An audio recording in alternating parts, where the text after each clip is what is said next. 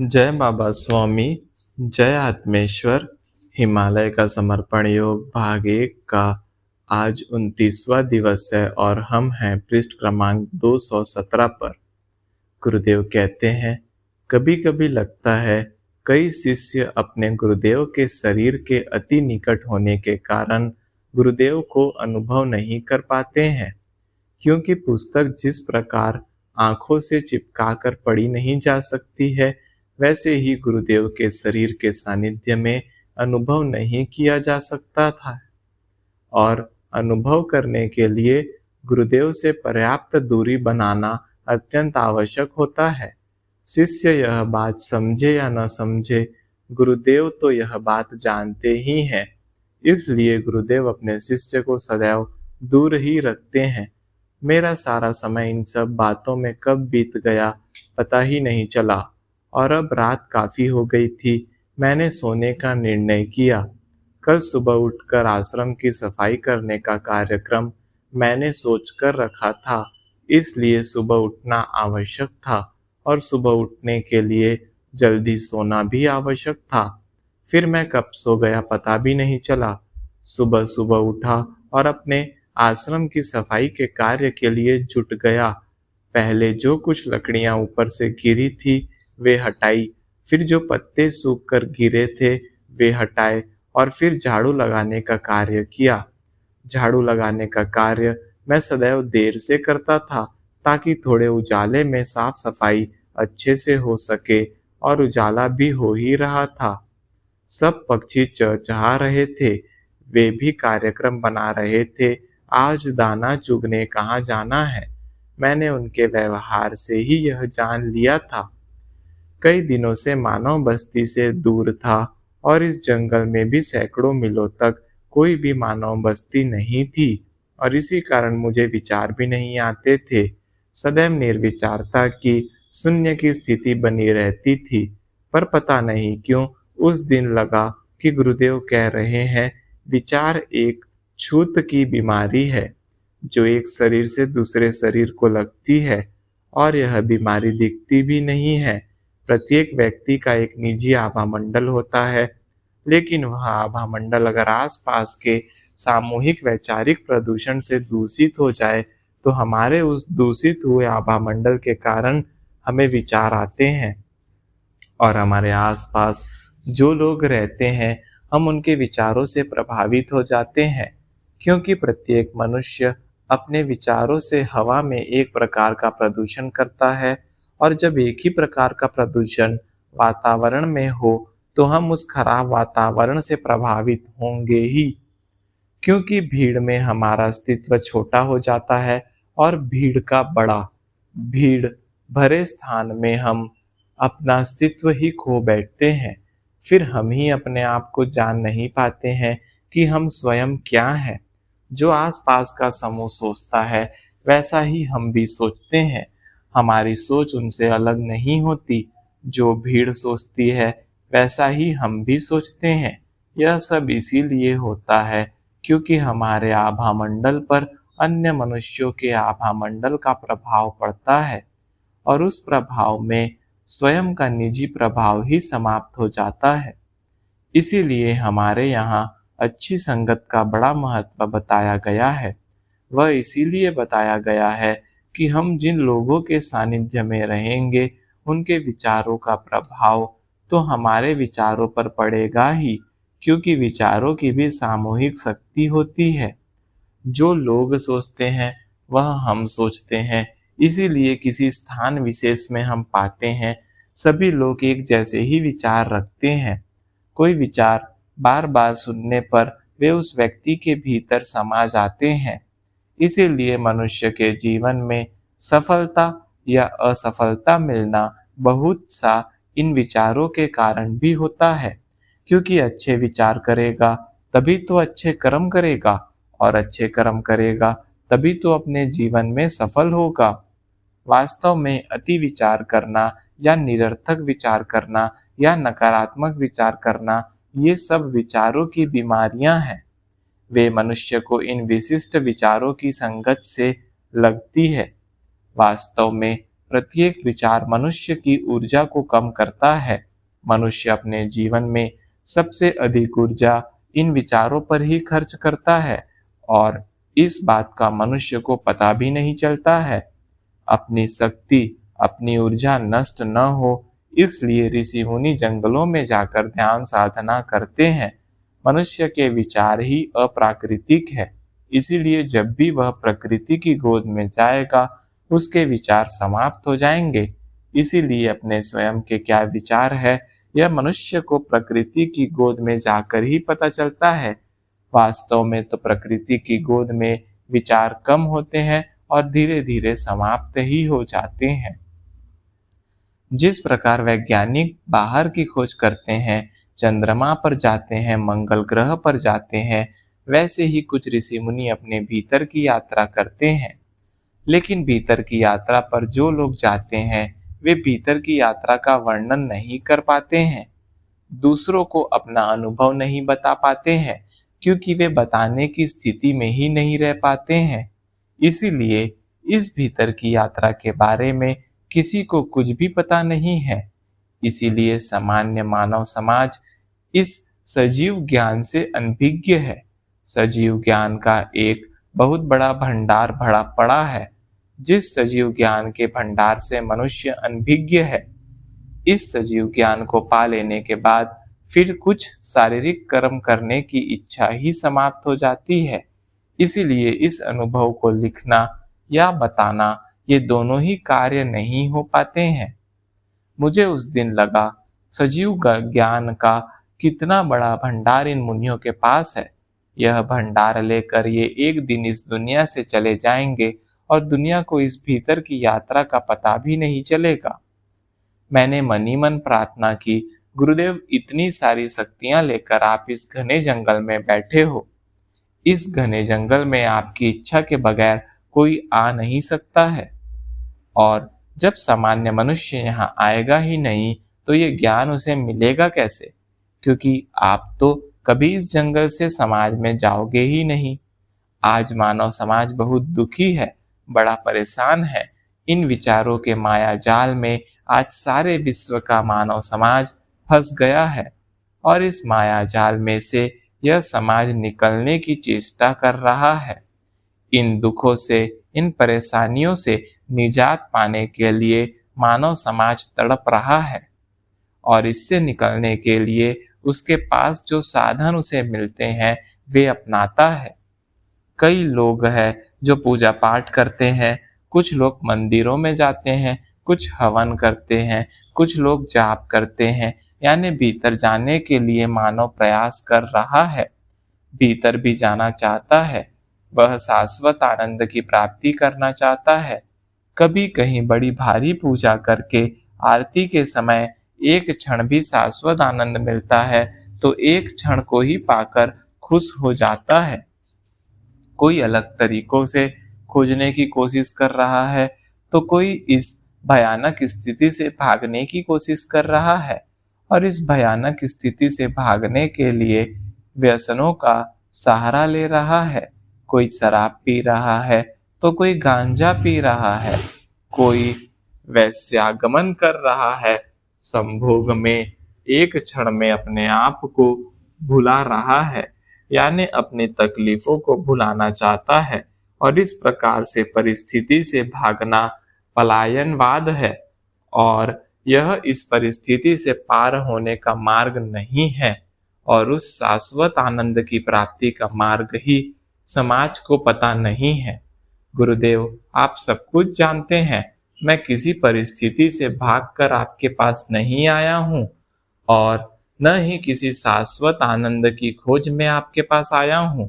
मैं तो भेजा गया हूँ, किसी सद्गुरु ने मुझे आपके पास भेजा है, यानी मैं भी स्वयं आप तक पहुँचने की योग्यता नहीं रखता हूँ, और न ही इसके योग्य हूँ। वह तो गुरु कृपा है कि उन्होंने एक लात मारी और मैं आपके पास पहुँच गया हूँ। अब आ ही गया हूँ, तो मेरे जीवन का एक ही उद्देश्य है, जो मुझे प्राप्त हो वह समाज में बांटने के लिए प्राप्त हो या फिर न हो, और जो मैं मानव समाज को न दे सकूं, ऐसा कोई ज्ञान मुझे नहीं चाहिए। ऐसा कोई शाश्वत आनंद मुझे नहीं चाहिए। उस शाश्वत आनंद को मैं अकेला लेकर क्या करूं? क्योंकि मुझे तो वह पाने की चाहत ही नहीं है। अगर फिर भी आप ये ज्ञान देना ही चाहते हैं, तो इस आशीर्वाद के साथ दीजिए कि उन सुपात्र आत्माओं तक यह ज्ञान पहुंचा सकूं, जो इस ज्ञान को पाने के लिए ही इस धरती पर आई हैं। मैं आपके सजीव ज्ञान का संदेशवाहक बनना चाहता हूँ। गुरुदेव, मुझे अपना माध्यम बनाइए। मैंने उन आत्माओं को आश्वासन दिया है, जब ज्ञान की प्राप्ति मुझे होगी, तब वह ज्ञान मैं आपको दूंगा ही। और इसी आशा से आज 800 सालों से ये आत्माएं मेरे साथ यात्रा कर रही है। इन सब की आशाएं मेरे साथ लगी हैं। उन्हें मार्ग का पता नहीं है, भटक रही हैं, मार्ग खोज रही है। यह मेरा आखिरी जन्म है। मैं सब प्राप्त कर चुका हूँ, पर वह मेरे लिए है। मैं अकेला यह लेकर जाना नहीं चाहता, लेकिन अब मेरा भी जाने का समय हो गया है। मैं अपने आश्वासनों से बंधा हूँ। इन आश्वासनों को पूर्ण किए बिना मुझे मोक्ष की प्राप्ति नहीं हो सकती है। कृपया कीजिए और यह सजीव ज्ञान बांटने का उपाय बताइए। गुरुदेव, मेरी स्थिति को समझिए। बड़ी खराब मेरी स्थिति हो रही है। मैं ही अटक गया हूँ। मेरी स्थिति उस माँ के समान है, जिसके स्तनों में बच्चों के लिए बहुत दूध आ गया है। वह माँ अपने बच्चे को दूध पिलाना चाहती है। उसका बच्चा दूध पीना चाहता है, पर माँ पिलाना नहीं जानती और बच्चा पीना नहीं जानता है। गुरुदेव, माँ को पिलाने का ज्ञान दीजिए और बच्चे को पीने का, अन्यथा स्तन में आया यह दूध माँ के लिए तकलीफदायक है। गुरुदेव, समाज यहाँ नहीं पहुँच सकता। आप समाज में नहीं जा सकते, तो यह मार्ग मानव समाज को पता कैसे चलेगा? गुरुदेव, कृपया कीजिए। मैं बार बार गिड़गिड़ा रहा था, रो रहा था, और रोते रोते कब समाधि लग गई इसका पता भी नहीं चला। लेकिन जब उठा तब गुरुदेव ने मेरे सिर पर हाथ रखा हुआ था। यह समझ में आ रहा था। गुरुदेव का वह पवित्र स्पर्श अनुभव हो रहा था, पर आंख नहीं खुल पा रही थी, और महसूस कर रहा था कि गुरुदेव के हाथ से चैतन्य का प्रवाह फूट पड़ा है और मेरे शरीर में ठंडे पानी की धारा बह रही है। मैं रोते हुए ही बोला, गुरुदेव, बांटने का ज्ञान दीजिए। यह ज्ञान बांटना सिखाइए। जो ज्ञान मैं बांट न सकूं, वह मेरे किस काम का? मुझे तो इसकी आवश्यकता ही नहीं है। मैंने सब कुछ पा लिया है। आपको पाकर अब तो मोक्ष की कामना भी नहीं है। आपका सानिध्य छोड़कर मैं मोक्ष भी पाना नहीं चाहता हूँ। गुरुदेव, जीवन में कुछ भी बांटना बड़ा कठिन है, पर बांटने के लिए ही मैं जन्मा हूँ। अन्यथा मुझे जन्म लेने की आवश्यकता ही क्यों थी? गुरुदेव, मेरे जीवन का उद्देश्य ही बांटना है। अगर वह उद्देश्य ही प्राप्त नहीं हुआ, तो यह जीवन व्यर्थ है। मैं अब जीना ही नहीं चाहता। अगर जीवन में बांटने को न मिले, तो मुझे कुछ भी नहीं चाहिए, क्योंकि मुझे आवश्यकता नहीं है। यह अधिक ज्ञान मेरे लिए बोझ हो रहा है। मैं बड़ा भार अनुभव कर रहा हूँ, और यह बोझ बढ़ते ही जा रहा है। मैं क्या करूं? गुरुदेव, कुछ मार्ग बताइए। मैं ऐसा कहकर रोने लगा। गुरुदेव ने कहा, आंखें खोलो, देखो यह विश्व कितना सुंदर है, और इस सुंदर संतुलित विश्व में तुम इस संतुलन को बनाए रखने के लिए आए हो। जो प्रकृति में है वे सब संतुलित है। जो प्रकृति से दूर हो गए, असंतुलन की समस्या उनकी है, और उन्हीं का असंतुलन दूर करने के लिए तुम्हारा जन्म हुआ है। आज तुम्हें तुम्हारे ही जन्म का रहस्य बताता हूँ। तुम्हारा जन्म उन पवित्र आत्माओं के मार्गदर्शन के लिए हुआ है, जो पिछले 800 सालों से प्रत्येक जन्म में तुम्हारे साथ साथ चल रही है, और तुम ही उनकी आशा की एकमात्र किरण हो। इसलिए केवल वे ही आत्माएं तुम तक पहुंचेंगी और तुमसे मोक्ष प्राप्ति का ज्ञान ग्रहण करेंगी। क्योंकि यह रिश्ता 800 साल पुराना है, उन्होंने मोक्ष प्राप्ति के लिए तुम्हारा माध्यम चुना है। इसलिए तुम्हारे इस जन्म का उद्देश्य इस मोक्ष प्राप्ति के ज्ञान को उन तक पहुंचाना है। और तुम्हें बांटने में इसीलिए आनंद आता है क्योंकि बांटना तुम्हारा स्वभाव बन गया है। बिना बांटे तुम रह नहीं सकते हो। जीवन का उद्देश्य ही बांटना है। जिस क्षण बांटना समाप्त हो गया, जीवन समाप्त हो जाएगा। जिन आत्माओं के लिए तुम्हारा जन्म हुआ है, वे ही पवित्र आत्माएं तुम्हें समझ सकेंगी और वे ही तुमसे ज्ञान ग्रहण करेंगी। इसलिए तुम अपने स्वभाव के कारण मानव समाज में बांटोगे, लेकिन सब लोग तुम्हारा बांटा हुआ ज्ञान संभाल कर रख नहीं पाएंगे, क्योंकि अभी उनका समय नहीं आया है।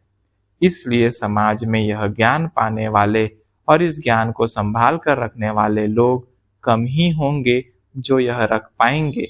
इसलिए बांटते समय कभी भी यह अपेक्षा मत रखना कि वह मनुष्य ज्ञान को संभाल कर रखेगा ही। वास्तव में संभाल कर रखने का प्रश्न तब आता है जब पता हो कि क्या मिला है और देने वाला कौन है। ये दो बातें बड़ी महत्वपूर्ण हैं, क्योंकि ये दो बातें समझे बिना इस ज्ञान को संभालना असंभव है। क्योंकि जो मिला है उसका मूल्य ही मालूम नहीं है, तो मनुष्य संभालेगा ही क्यों? संभालने के लिए क्या मिला है उसका ज्ञान होना चाहिए, किससे मिला है उसका ज्ञान होना चाहिए। इसमें देना ही आसान है, पर लेना बड़ा कठिन है। लेने के लिए बड़ी साधना चाहिए, बड़ी योग्यता चाहिए, अन्यथा लेकर भी लोग खो देते हैं और फिर भी खोजते रहते हैं और पाकर भी खोते रहते हैं। मेरा आशीर्वाद तेरे साथ है। तू तेरे जीवन में अपने उद्देश्य को प्राप्त करेगा और जिन पवित्र आत्माओं ने तुझे माध्यम के रूप में माना है, वे आत्माएं तुझ तक अवश्य पहुंचेंगी और तेरे जीवन का उद्देश्य पूर्ण होगा। तू इन आत्माओं को दिए गए आश्वासन के बंधन से बंधा हुआ है। तुझे तेरे जीवन में अनुभव होगा कि प्रयत्नों का कोई स्थान नहीं है, क्योंकि तू प्रयत्न करके भी उन तक नहीं पहुंच सकता है और वे ही बिना प्रयत्न किए तुझ तक पहुंच जाएंगी। तुम्हारा जीवन और उन पवित्र आत्माओं का जीवन एक दूसरे के लिए पूरक सिद्ध होंगे, क्योंकि एक दूसरे को प्राप्त किए बिना दोनों का ही मोक्ष संभव नहीं है। इसलिए जीवन में प्रयत्न कर, पर अपने समाधान के लिए प्रयत्न कर। प्रयत्न से कुछ फल की प्राप्ति होगी, यह सोचकर प्रयत्न मत कर, क्योंकि इन प्रयत्नों से कुछ भी नहीं होगा। इसलिए सदैव याद रख कि तू परमात्मा का केवल माध्यम मात्र है। माध्यम का अपना निजी ऐसा कोई अस्तित्व नहीं होता है और न ही निजी ऐसा कोई प्रयत्न होते हैं। माध्यम केवल माध्यम होता है। स्वयं को एक निखालस, खाली, पवित्र व शुद्ध माध्यम बनाए रख।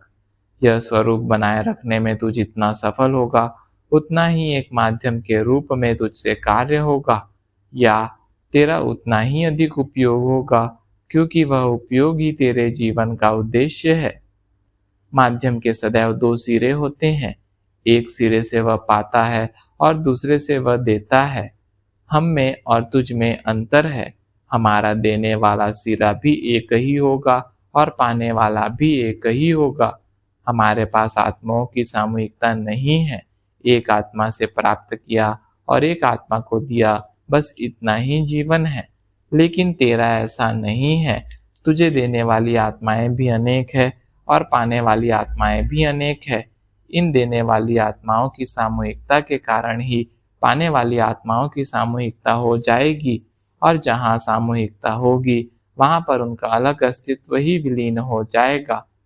इसलिए जीवन में तू कुछ करेगा नहीं, बस तेरे माध्यम से होगा। तू किसी को कुछ देगा नहीं, बस तेरे माध्यम से लोग प्राप्त करेंगे। तू कुछ अनुभव कराएगा नहीं, तेरे माध्यम से लोग अनुभव प्राप्त करेंगे।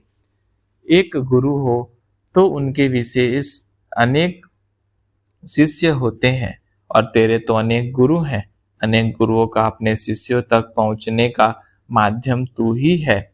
इसी कारण अनेक गुरु शक्तियों का माध्यम तू बनेगा। अपने आप को पहचान, और केवल पहचान ही नहीं, उस पहचान को सदैव याद रख, ताकि सारा समय तू स्वयं की को एक माध्यम समझकर रह सकेगा। और जितने अधिक समय तक माध्यम रहेगा, उतने अधिक समय तक कर्ता के भाव का कचरा नहीं अटकेगा। जितना कर्ता नहीं होगा, उतना पानी पाइप से अधिक बहेगा। जन्मों जन्मों से देने की इच्छा के कारण ही इस जन्म में तुझे देने के लिए बहुत ज्ञान का भंडार मिला है। यह एक जन्म में किसी को प्राप्त नहीं हो सकता है, यह तो अनेक जन्मों का है। बस इस जन्म में मिल रहा है। तू ऐसा समुद्र है जहाँ पर आकर कई नदियाँ मिलने वाली हैं। कई नदियों का अंतिम लक्ष्य तुझ तक पहुँचना और तुझ में समा जाना है। तेरे सानिध्य में आकर कई आत्माएं अपना अस्तित्व समाप्त कर लेंगी। तो कई आत्माओं का अंतिम लक्ष्य है। इसीलिए जिस प्रकार एक समुद्र सदैव एक ही स्थान पर शांत व स्थिर होता है, वैसा ही स्थिर हो जा, शांत हो जा और अपने स्थान पर रहकर इंतजार कर उन नदियों का जो तुझे मिलने के लिए बेकरार है, जो नदियां तुझे मिलने के लिए आतुर है, जिन नदियों का उद्देश्य ही तुझसे मिलना है और जो तुझे मिलने का सोचकर ही अपने साथ अपने स्थान में निर्मित हुई है और बड़ी आतुरता के साथ तेरी ओर बढ़ रही है। अपना अस्तित्व समाप्त करने के लिए तुझ तक पहुंचकर उनका अस्तित्व समाप्त हो जाएगा। तू वह सामूहिकता का अस्तित्व बन जाएगा जिसका अपना कुछ अस्तित्व ही नहीं है।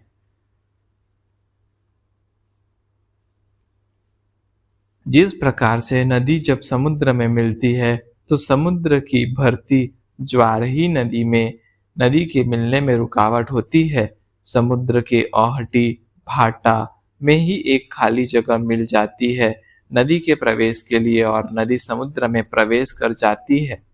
समुद्र की ओहटी नदी को अपने आगोश में लेने के लिए नदी को निमंत्रण करती है और समुद्र का आमंत्रण ही नदी की गति को बढ़ा देता है। बिल्कुल ठीक इसी प्रकार तू जितना प्रयत्न करेगा उतना ही बाहर की ओर होगा और जितना बाहर की ओर होगा उतना ही माध्यम के कार्य में बाधा खड़ी करेगा और जितना शांत होगा, जितना प्रयत्नशील होगा, उतना ही भीतर होगा और जितना भीतर होगा उतना ही उन आत्माओं को आकर्षित करेगा जो तुझे मिलना चाहती है। इसलिए शांत हो जा, स्थिर हो जा, भीतर हो जा और जगह बना ताकि आत्माएं उसमें प्रवेश कर सके। तेरे प्रयत्न के कारण ही कई आत्माएं पहुंच नहीं पा रही हैं, कई आत्माएं भटक रही हैं। जय बाबा स्वामी, जय आत्मेश्वर।